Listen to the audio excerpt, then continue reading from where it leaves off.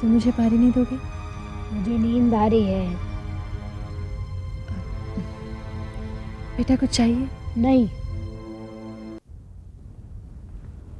Sir आपने मुझे बुलाया? आओ प्रेम, कम बैठो। Thank you sir.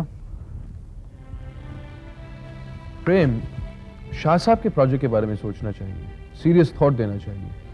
अक्सर फोन करते रहते हैं और फिर वो काफी भले इंसान भी हैं। ऑफ कोर्स सर, उनको तो काफ़ी अच्छी तरह से जानता हूँ। अब मैं मानता हूँ कि हमारी कंपनी के लिए ज्यादा प्रॉफिट तो है नहीं, पर कभी कभी पुण्य भी कमा लेने चाहिए। सर अगर इस प्लॉट पर वाकई हम लोग लो हाउसिंग स्कीम के फ्लैट्स बनाकर झुग्गी झोंपड़ी वालों को दे देते हैं तो कुंदन के गाल पर काफ़ी करारा तमाचा होगा सर। बहुत अच्छा तरीका है उसे सबक सिखाने का। तो क्या कहते हैं, काम करने के लिए तैयार हो? सर जब तक कोर्ट का डिसीजन हमारे पक्ष में नहीं हो जाता तब तक मुझे नहीं लगता कि हमें कोई भी काम शुरू करना चाहिए। पर कोर्ट का फैसला तो हमारे फेवर में ही होगा। सर ये हमारी कल्पना भी तो हो सकती है। हो सकता है कि कुंदन किसी तरह की चाल चल जाए और कोर्ट का डिसीजन जो है उसके फेवर में हो जाए। चलिए एक मोमेंट के लिए मान लेते हैं कि कोर्ट का जो डिसीजन है हमारे पक्ष में हो जाता है, लेकिन ये क्या गारंटी है कि हम कुंदन से इस प्लॉट को खरीद लेंगे? ये भी तो हमारी कल्पना है सर। तो फिर इन तमाम कल्पनाओं के आधार पर मुझे नहीं लगता सर कि हमें कोई भी काम शुरू करना चाहिए। सही सलाह दे रहे थे। एक काम करते हैं प्रेम, जब तक कोर्ट से फैसला नहीं मिलता तब तक हम कोई काम शुरू नहीं करते।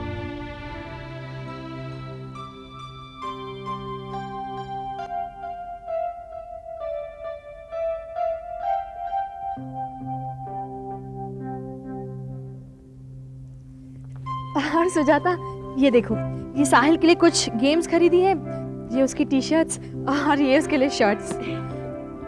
एक मिनट। हाँ,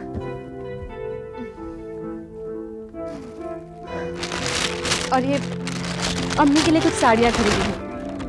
बचपन में तो साहिल का फेवरेट कलर ऑरेंज हुआ करता था। अरे एक कैप भी खरीदी थी, मैं अभी लाई। भाभी भाभी 2 मिनट के लिए आप सांस लीजिए। पिछले 1 घंटे से आपको सिर्फ भागते हुए देख रही हूँ। लेकिन अब तक तो उन्हें आ जाना चाहिए था ना। आ जाएंगे, बस बैठ जाइए यहाँ पर और इंतजार कीजिए। आप तो ऐसी बातें कर रहे हैं जैसे कि वो 2 मिनट के लिए यहाँ आ रहे हैं और फिर यहाँ से गुजर के कहीं और जा रहे हैं। वो यहाँ आ रहे हैं रहने के लिए, हमेशा के लिए। ओके? हाँ सच, मैं तो ऐसे बर्ताव कर रही हूँ जैसे जैसे बहुत सारा सामान लेके लोकल ट्रेन में घुसना है जो 2 मिनट रुककर चली जाएगी। हाय अल्लाह, वो बनी से कहा था कि ड्राई फ्रूट्स ले जाए, देखो अभी तक नहीं देकर गया। अम्मी और साहिल को फालूदा बहुत पसंद। सुजाता तुम ये कपड़े देखो, मैं 2 मिनट में आई। 1 मिनट सुजाता। भाभी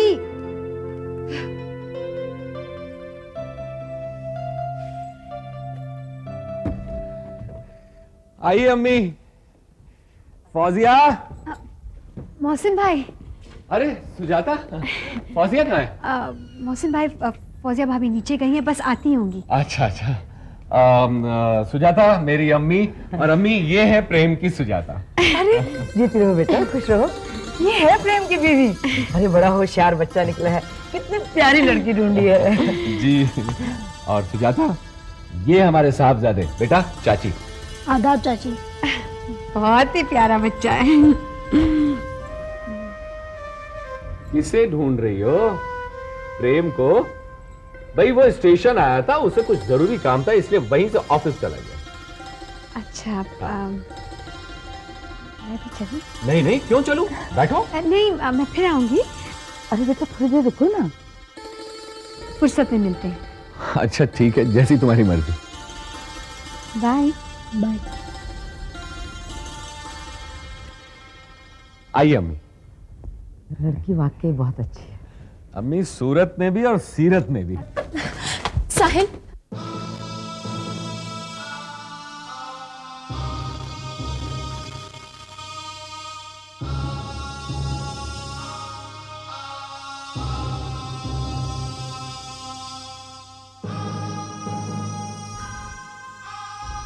आदाब अम्मी जान। जीती रहो मेरी बच्ची। अब सचमुच आ गई अम्मी। हाँ फौजिया, मैं सचमुच आ गई हूँ मेरी बच्ची। अम्मी मैं बेटा बस। फोन में तुमने सब कुछ कह लिया ना? साहिल,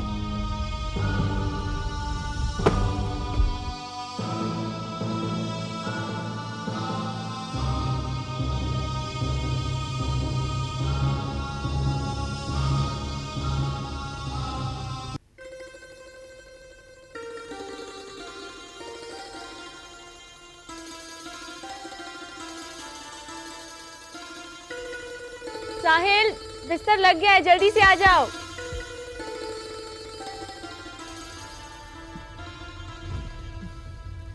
बहुत थक गए होगे ना, अब आराम से सो जाओ।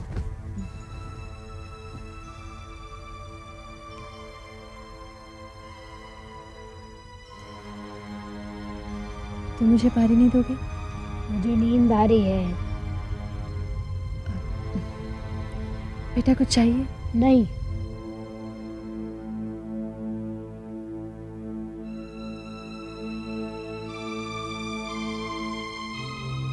गुड नाइट साहिल।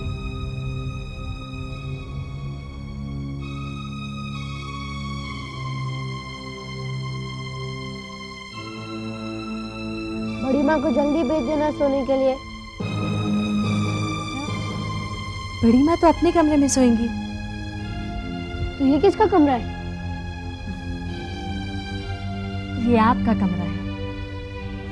मुझे अकेले नींद नहीं आती। अरे तो आपको अकेले कौन सोने देगा? मैं आऊंगी ना आपके साथ सोने। मैं बड़ी माँ के साथ सोऊंगा। लेकिन साहिल, साहिल, साहिल,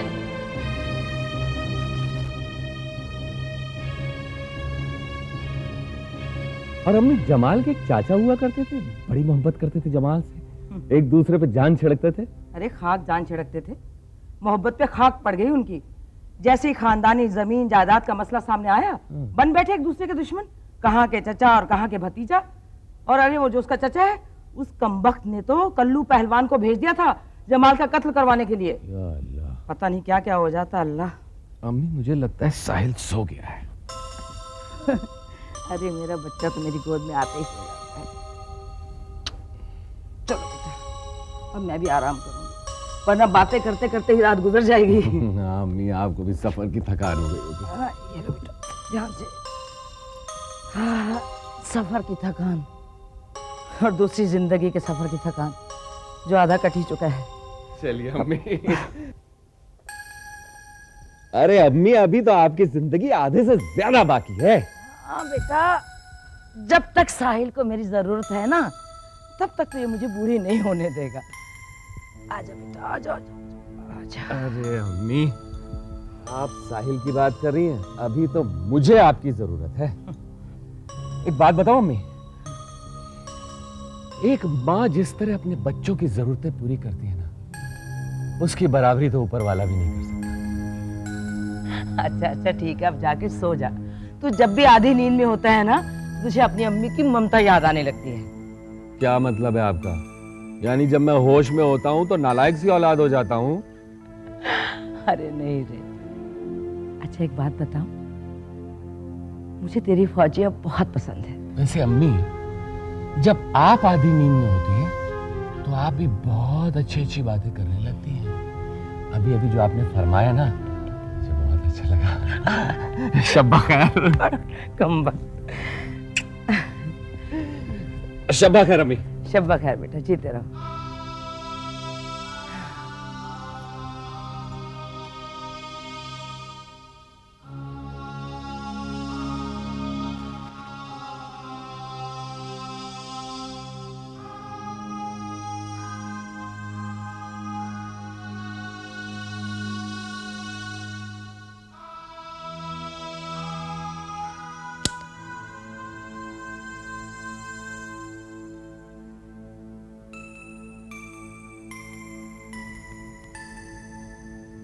फौजिया, क्या बात है, अंधेरे में क्यों बैठी थी? बस यूं ही। या यूं कहो कि अंधेरे अब अंधेरे लगते ही नहीं। साहिल जो घर आ गया है ना? अब कौन से अंधेरे इस घर में टिक पाएंगे? साहिल साहिल जो आ गया है अपनी माँ के पास। अम्मी भी काफी बदल गई हैं। हाँ, बहुत कुछ बदल गया है। लगता है अब इस घर का खालीपन हमेशा हमेशा के लिए दूर हो गया है।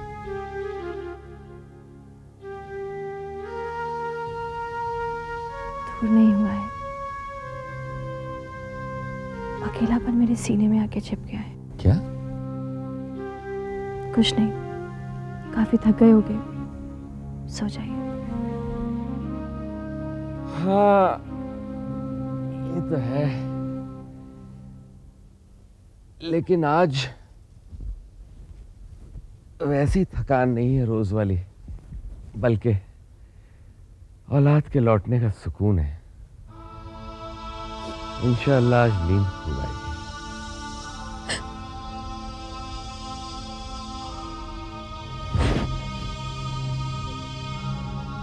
फौजिया, फौजिया, क्या हुआ?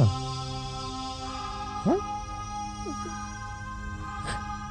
मैं बहुत दिल था कि साहिल यहाँ सोए, मेरे बगल में, मेरे साथ। तुम भी फौजिया बेटे के आते ही एकदम बच्ची हो गई है। हाँ? जरा सी बात पर इतने सारे आंसू? हाँ? ये जरा सी बात नहीं है। बेशक जरा सी बात है। आज बड़ी बात ये है कि तुम्हारा साहिल लौटा।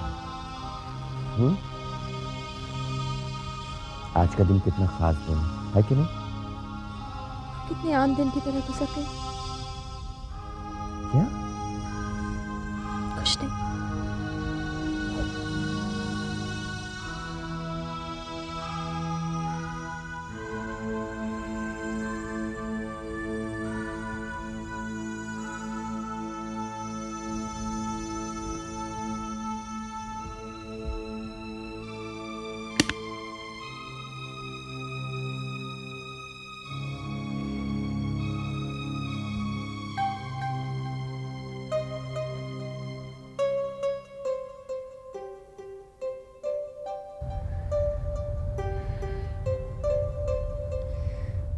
प्रेम, बहुत देर हो गई है, सो जाओ, कल सुबह तुम्हें ऑफिस जाना है।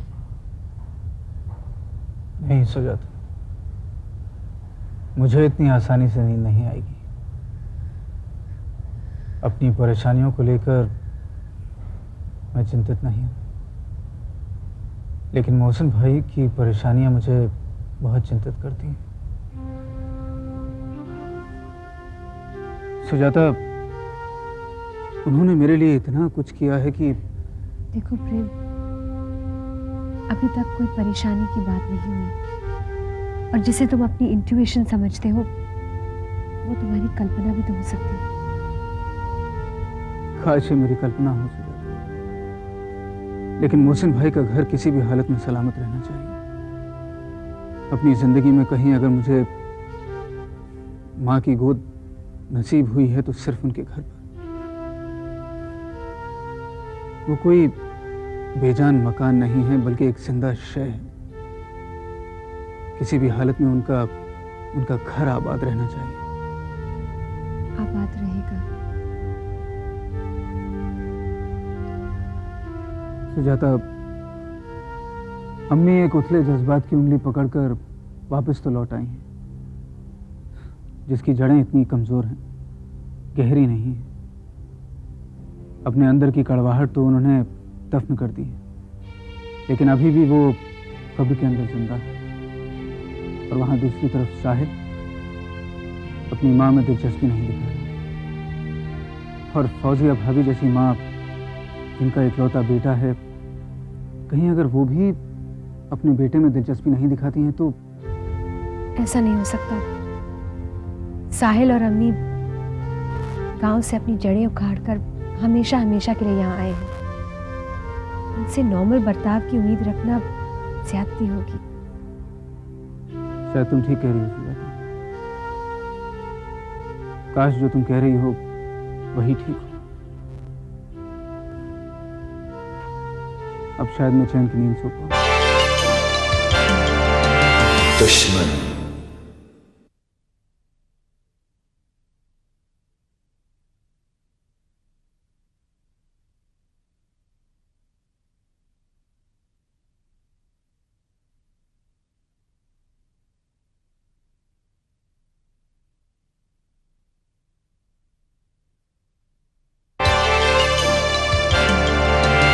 दुश्मन।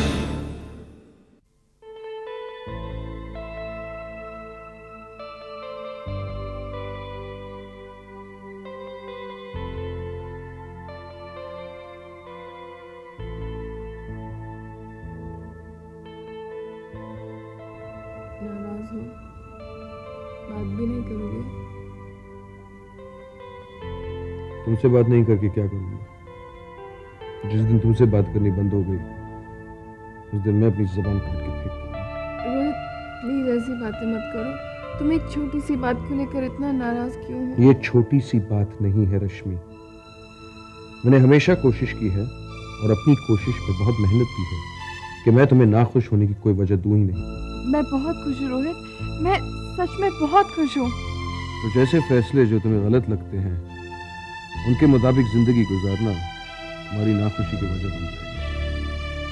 क्योंकि ये हमारी जिंदगी के अहम फैसले हैं तो मैं तुमसे सच ही कहूँगी, पर तुम्हें खुश करने के लिए मैं झूठ भी बोल सकती हूँ। झूठ बोलने की कोई जरूरत नहीं। तो सच ये है कि तुम्हारे इस फैसले से मैं बिल्कुल खुश नहीं हूँ। जिंदगी रिश्तेदारों से भरी होनी चाहिए। हमारे गिने चुने तो रिश्तेदार हैं और उनसे भी अगर हम नाता तोड़ लेंगे तो नाते टूट चुके हैं और अगर तुम्हारी नाखुशी की यही वजह है देन इट्स रियली अनफॉर्चुनेट, क्योंकि शायद ये खुशी मैं तुम्हें कभी नहीं दे पाऊंगा। Good night.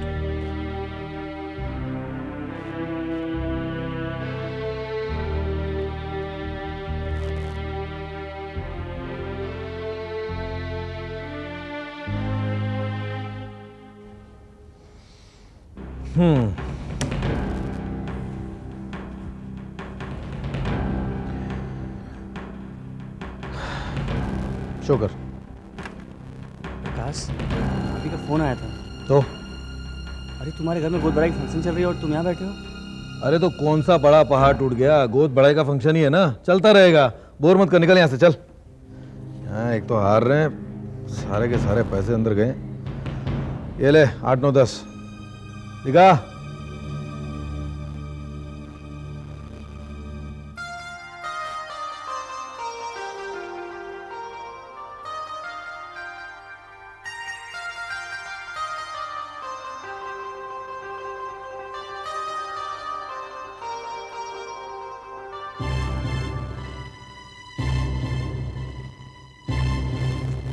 क्यों आई हो तुम? किसने बुलाया तुम्हें?